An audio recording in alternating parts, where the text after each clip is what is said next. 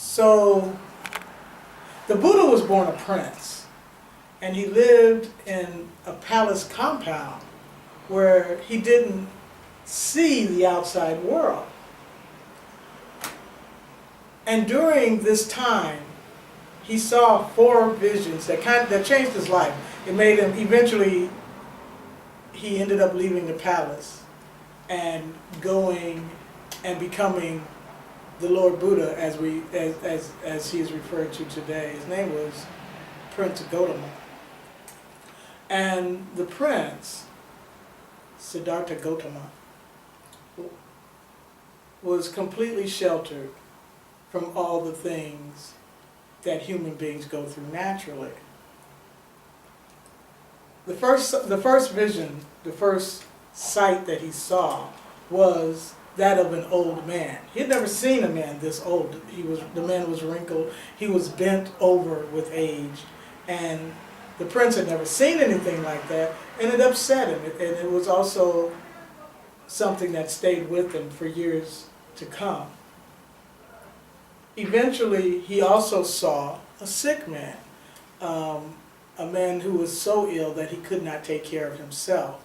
And this is in India, and this man was so ill, he was living outside on the streets, unable to care for himself. This too, the sight of this man too, made the eventual Buddha upset, and it stayed with him for quite a long time. The third was a dead man. The man was lying in the street, uncovered, and the prince saw it. He had never seen these things inside the palace grounds. They had been kept from him, so he didn't know that this is what human beings went through. The fourth vision was also one that eventually would lead Gautama to leave the palace and become the person that we call the Buddha. And that was, he saw a monk.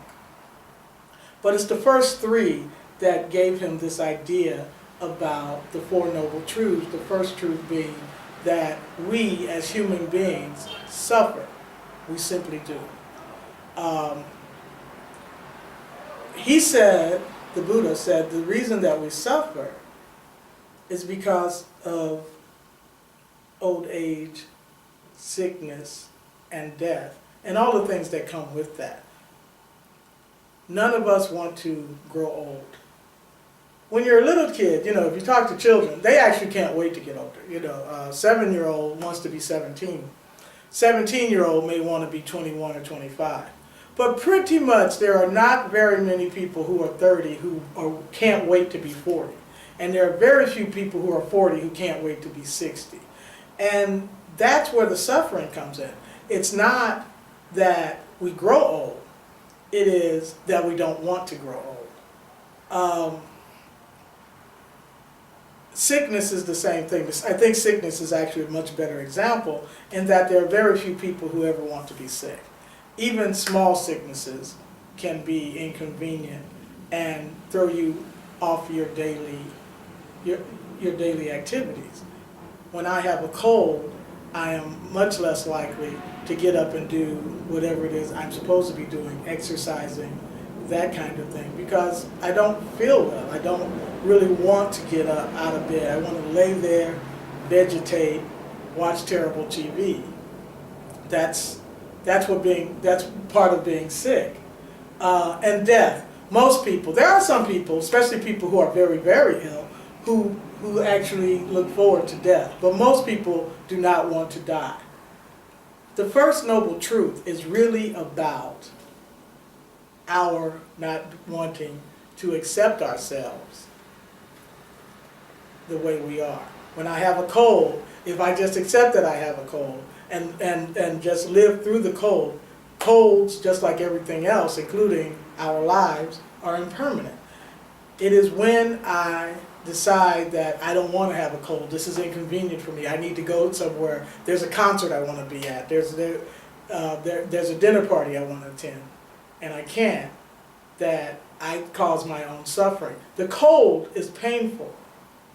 The suffering is my inability to accept that I have a cold and live with that and deal with that as it is. So this is Kente Wisdom, and we are just going to be doing 5 minutes, a daily podcast, a daily video cast of Buddhist principles, and I hope you'll join us. Thank you.